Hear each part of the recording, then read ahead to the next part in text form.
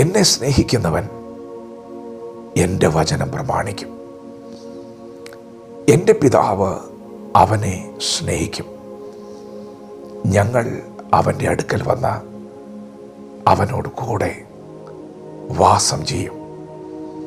ദൈവത്തിൻ്റെ മാറ്റമില്ലാത്ത വചനം ശ്രദ്ധിക്കുന്ന പ്രിയപ്പെട്ടവരെ, സ്നേഹത്തിൻ്റെ നിർവചനം എന്തെന്ന് നമ്മെ പഠിപ്പിക്കുന്ന പുസ്തകമാണ് വിശുദ്ധ വേദപുസ്തകം. യേശു തൻ്റെ പ്രാണൻ വെച്ചു കൊടുത്തതിനാൽ നാം സ്നേഹമെന്ത് എന്ന് അറിഞ്ഞിരിക്കുന്നു. ഈ ലോകം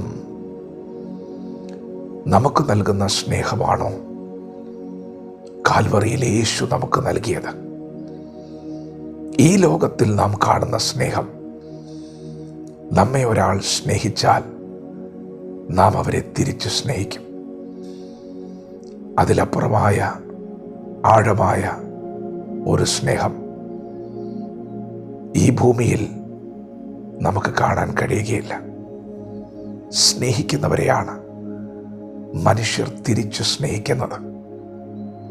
എന്നാൽ യേശുവിൻ്റെ സ്നേഹം ഇതിൽ നിന്നും തികച്ചും വ്യത്യസ്തമാകുന്നു.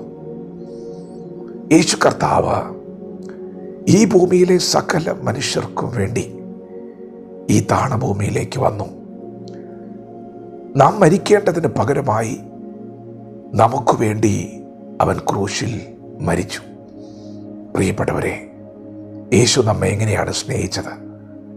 തിരുവചനം പറയുന്നു, നാം പാപികളായിരുന്നപ്പോൾ അവൻ നമുക്ക് വേണ്ടി മരിക്കയാൽ ദൈവത്തിൻ്റെ സ്നേഹത്തെ പ്രദർശിപ്പിച്ചിരിക്കുന്നു.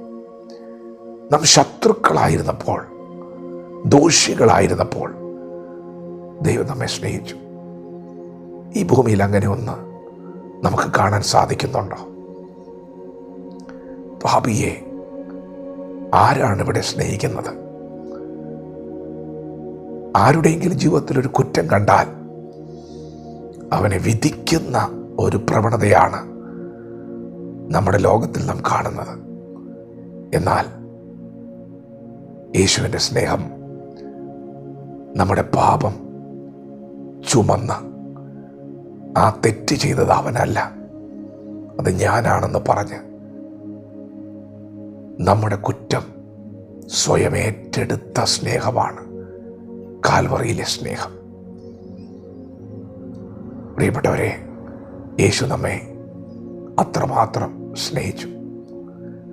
ചങ്കിലെ ചോര മുഴുവൻ ഊറ്റിത്തന്ന സ്നേഹിച്ചു. എന്തിനാണ് അങ്ങനെ യേശു കർത്താവ് നമുക്ക് വേണ്ടി കാൽവറി തകർക്കപ്പെട്ടത്? പ്രിയപ്പെട്ടവരെ, അവൻ അങ്ങനെ സ്നേഹിച്ചില്ലായിരുന്നു എങ്കിൽ നാം എല്ലാവരും മരിക്കുമായിരുന്നു. മരണമെന്ന് പറഞ്ഞാൽ വിശുദ്ധ വേദപുസ്തകം പറയുന്നു, പാപത്തിൻ്റെ ശമ്പളമാണ് മരണം. അത് ഈ ഭൂമിയിൽ നാം കാണുന്ന മരണമല്ല, അതിലും അപ്പുറമാണ്. ബൈബിൾ പറയുന്ന മരണം നിത്യ മരണമാണ്. ശരീരത്തിൽ നിന്നുള്ള വേർപാടിനേക്കാൾ ആത്മാവിൽ ഒരു നിത്യ നാശം, നരകം, മരണം. അതാണ് വിശുദ്ധ വേദപുസ്തകം വെളിപ്പെടുത്തുന്ന മരണം. അങ്ങനെ ഒരു മരണം നമുക്കാർക്കും സംഭവിക്കാതിരിക്കുവാൻ യേശു കർത്താവ് നമുക്ക് വേണ്ടി മരിച്ചു. എന്തൊരു സ്നേഹമിത്! പ്രിയപ്പെട്ടവരെ, ഈ സ്നേഹത്തിന് നാം എന്ത് പകരം കൊടുക്കും? സ്നേഹത്തിന് പകരം സ്നേഹം തന്നെയാണ്. സ്നേഹത്തിന് പകരമായി സ്നേഹം തന്നെ കൊടുക്കണം. യേശു പറഞ്ഞു, എന്നെ സ്നേഹിക്കുന്നവൻ എൻ്റെ വചനം പ്രമാണിക്കും. ദൈവവചനം പ്രമാണിക്കുന്നതിനേക്കാളും വലിയ സ്നേഹമുണ്ടോ? ഇല്ല. വചനം പ്രമാണിക്കുന്നത് തന്നെയാണ് സ്നേഹം. അതാണ് ദൈവം ആഗ്രഹിക്കുന്ന സ്നേഹം. അതാണ് ദൈവത്തിൻ്റെ വചനം, മാറ്റമില്ലാത്ത വചനം. നിങ്ങൾക്ക് അവനോട് സ്നേഹമുണ്ടെങ്കിൽ നിങ്ങൾ അവൻ്റെ വചനം പ്രമാണിക്കും. യേശു പറഞ്ഞു, എന്നെ സ്നേഹിക്കാത്തവൻ എൻ്റെ വചനം പ്രമാണിക്കുകയില്ല. നിങ്ങൾക്ക് യേശുവിനോട് സ്നേഹമുണ്ടോ? ആ സ്നേഹം അത് പ്രകടിപ്പിക്കേണ്ടതാണ്.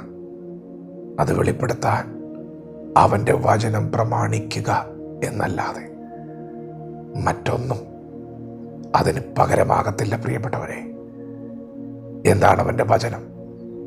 അവൻ നമ്മോട് ആജ്ഞാപിച്ചിരിക്കുന്ന അവൻ്റെ കൽപ്പനകൾ, ഉപദേശങ്ങൾ, ആജ്ഞകൾ, അവൻ്റെ ഇഷ്ടങ്ങൾ, അവൻ്റെ താല്പര്യങ്ങൾ, ഇതെല്ലാം നമ്മോടുള്ള ദൈവത്തിൻ്റെ ആലോചനയാണ്.